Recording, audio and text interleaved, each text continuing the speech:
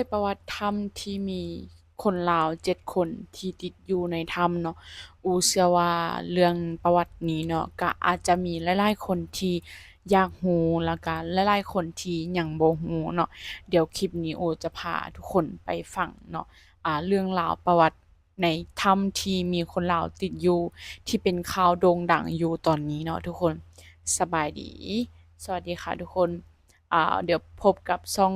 ไส้อู่ชาวลาวเนาะเดี๋ยวคลิปนี้อูจะมาเว้าเป็นภาษาลาวเนาะตอนนี้อูก็กำลังจะนอนแล้วแหละเนาะก็คืออูก็ได้อาบน้ำยังกำลังจะนอนแล้วแต่ว่าอูก็ได้มาเห็นคลิปที่สาวน้อมเนาะหรือว่าเจน้อมซึ่งเป็นคนลาวที่เป็นผู้หญิงคนลาวที่เป็นผู้หญิงที่แกร่งแรงเนาะก็เจน้อมนี้เนาะก็มีอายุเพียงแต่แบบ19 ปีเนาะทุกคน18-19 ปีนี่แหละอูก็ชื่อบ่ได้ แล้วก็เป็นผู้หญิงที่แบบเก่งแล้วก็เป็นคือกับแบบว่าหัวใจหลักหรือว่าคนที่สำคัญเลยก็ว่าได้ในพันธกิจในการช่วยเหลือ7 คนที่ติดอยู่ในถ้ำนี้เลยก็ว่าได้เนาะเจน้อมก็เป็นผู้ที่แบบว่ารับในการแบบว่าออกไปซื้ออุปกรณ์ต่างๆแล้วก็ช่วยเหลือในการแบบว่าช่วยแบบว่าเอาเงินที่แบบว่ามีคนที่มาช่วยซัปพอร์ตเนาะหรือว่าช่วยในการในพันธกิจนี้ที่จะช่วยเหลือคนที่ติดอยู่ในถ้ำ7 คนนั้นออกมาได้เนาะซึ่งแบบเป็นผู้หญิงคนหนึ่งที่แกร่งแรงนะทุกคนเนาะเราก็จะขึ้นลงเข้าแบบเพราะว่าอูจะติดตาม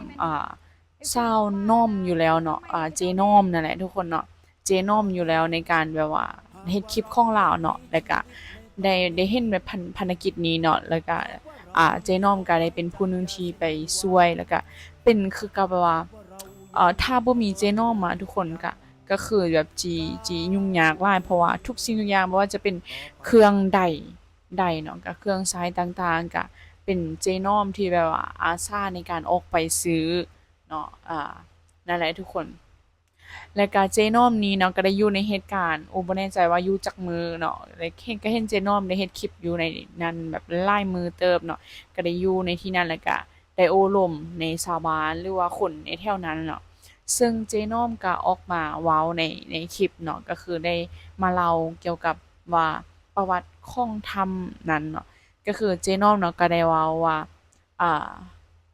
ถ้ำนั้นนะทุกคน แต่กี้เขาเจ้าจะเอิ้นว่าถ้ำพระเจ้าเนาะซึ่งจะมีคนที่ว่าเสียชีวิตเนาะอยู่ในนั้นหั้นน่ะ3 คนและก็อ่าค่ำหั้นนะทุกคนเนาะเมื่อมีคนแบบว่าเสียชีวิตแล้วค่ำมันก็จะมากินแบบว่าเนื้อหนังที่แบบว่าของคนนะทุกคนจะมาอยู่แบบว่าบริเวณกระดูกของคนที่เสียชีวิตแล้วเนาะอันนี้อุกก็บ่ฮู้ว่าข้อที่จริงมันเป็นแบบมันเป็นแบบใดแท้ๆเพราะว่าอุกก็บ่ฮู้แบบว่าวิทยาหยังก็ ในทางแบบว่าวิทยาศาสตร์นะทุกคนมันเป็นแบบได้แท้เนาะแต่ว่าเจ๊น้องเพิ่นเว้ามาแบบนี้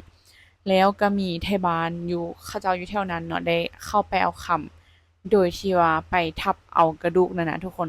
เอากระดูกของคนที่เสียชีวิตนั่นน่ะออกมาแล้วก็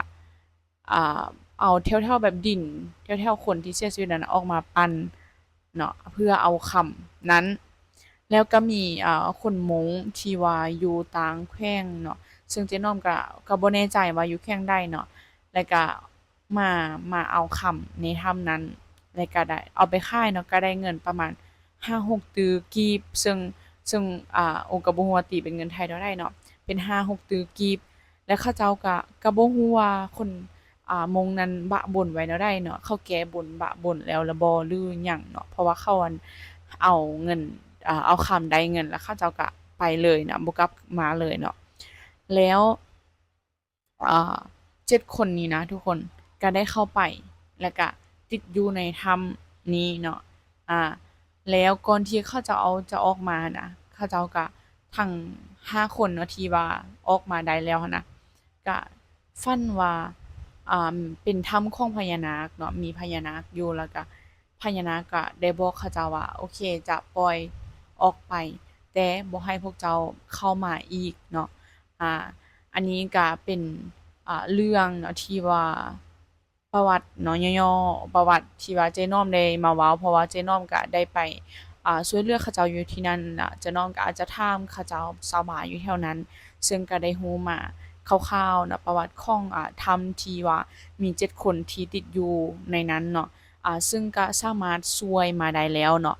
5คนแต่ตอนนี้ก็กำลังค้นหาอีก2คนก็บ่ฮู้ว่าเป็นแบบใดเนาะแล้วก็การค้นหาก็เป็นสิ่งที่ยากหลายเพราะว่าตอนนี้ก็มีฝนยังตกลงมาเนาะแล้วก็เฮ็ดให้น้ำที่อยู่ในถ้ำก็เพิ่มขึ้นซึ่งมันก็เพิ่มความยากให้กับ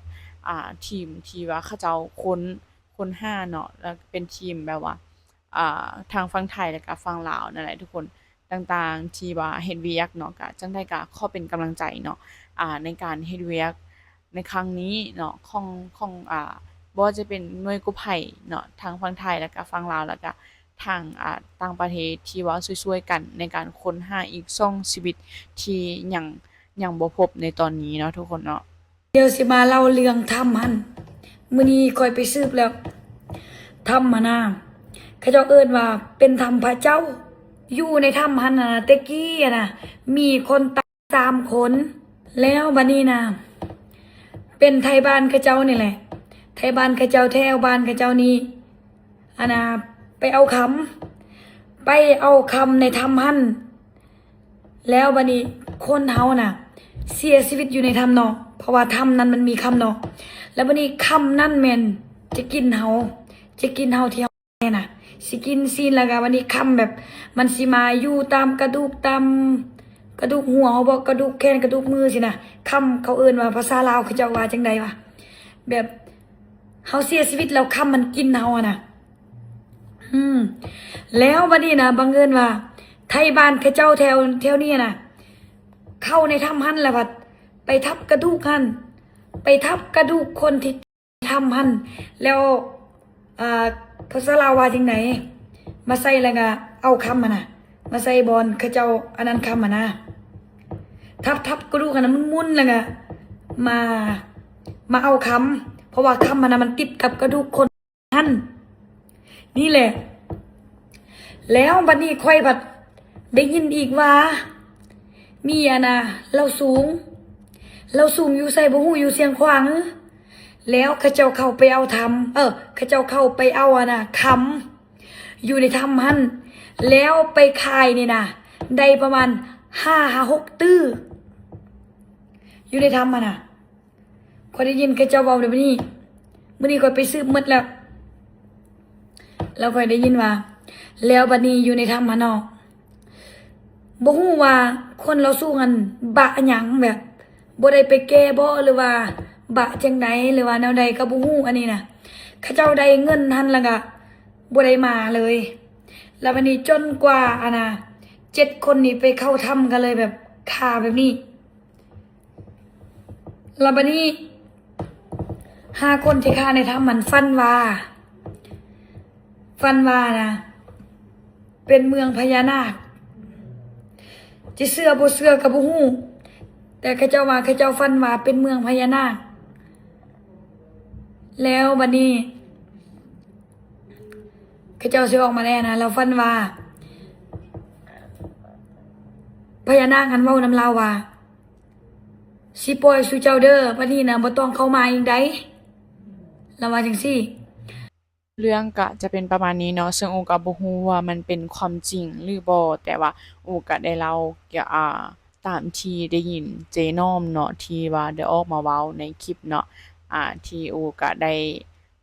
ที่ทุกคนก็ได้เบิ่งไปเนี่ยเมื่อกี้นี้แล้วเนาะทุกคนเนาะก็จะเป็นประมาณนั้นในการประวัติของถ้ำนี้เนาะก็จั่งใดก็ขอเป็นกำลังใจให้กับทีมกู้ภัยที่จะสามารถที่จะค้นพบในช่วงชีวิตที่ยังคงติดอยู่ในถ้ำนั้นเพราะว่าก็ยังมีในคลิปที่อูได้เห็นเนาะก็ยังมีลูกยังมีเมียที่ว่ายังท้าเขาเจ้าให้แบบยังแบบท้าปาฏิหาริย์เนาะในการที่จะพบกับช่องคนนั้นเนาะก็จังได้ก็ขอเป็นกำลังใจให้ทุกๆคนที่เฮ็ดภารกิจนี้เนาะที่จะสามารถช่วยทั้ง2คนนั้นออกมาได้อย่างปลอดภัยเนาะสำหรับคลิปนี้โอก็มีเพียงเท่านี้เนาะก็ขอบใจทุกคนที่ติดตามและก็เป็นกำลังใจให้โอมาโดยตลอดเนาะโอต้องขอตัวลาไปก่อนเด้อทุกคน